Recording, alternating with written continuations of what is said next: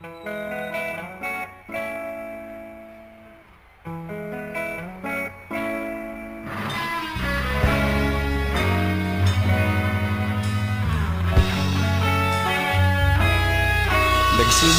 ang lahat sa eskwela, nagsama-samang 12 sa kalokohan at sa tuksuhan, hindi maawat sa isa't isa. Madalas ang standby sa cafeteria, isang barkada na kay saya. Laging may hawak-hawak na gitara, konting udyok lamang kakanta na. Kay simple lamang ng buhay nun, walang mabibigat na suliranin. Problema lamang laging kulang ang datong. Sana napunta ang panahon? Sana nga ba? Sana nga ba? Sana napunta ang panahon? Sana nga ba? Sana nga ba? Sana napunta ang panahon? Sa unang ligaw kayo'y magkasama, magkasabwat sa pambobola. Walang sikreto kayong tinatago, okay sarap ng samahang barkada. Nagkawatakan na sa kolehiyo, kanya-kanya na ang nilakaran. Kahit minsanan na lang kung magkita, pagkakaibigay hindi nawala. At kung saan na napadpad ang ilan, sa dating eskwela meron din naiwan. Meron pa ng mga ilang nawala na lang, nakakamiss ang dating samahan. Sana nga ba? Sana nga ba? Sana nga bang barkada ngayon? Sana nga ba?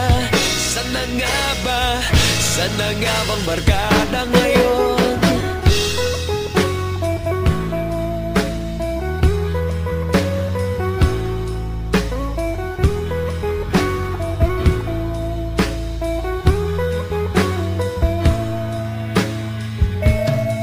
Ilang taon din ang nakalipas, wala pa sa aming tatay na nagsusumikap upang yumaman at guminhawang kinabukasan. Paminsan-minsan kami nagkikita, mga naiwan at natira. At gaya nung araw namin sa eskwela, pag magkasama'y nagwawala. Napakahirap malimutan ang saya ng aming samahan. Kahit lumipas ng ilang taon, magkabarkada pa rin ngayon. Magkaibigan, magkaibigan, magkaibigan pa rin ngayon. Magkaibigan, magkaibigan, magkabarkada pa rin ngayon. Magkaibigan, magkaibigan, magkaibigan pa rin ngayon. Magkaibigan, magkaibigan, magkabarkada pa rin ngayon. Magkaibigan, magkaibigan, magkaibigan pa rin ngayon. Magkaibigan, magkaibigan, magkabarkada pa rin ngayon. Magkaibigan, magkaibigan, magkaibigan pa rin ngayon. Magkaibigan, magkaibigan, magkabarkada pa rin ngayon. Nagsimula ang lahat sa eskwela.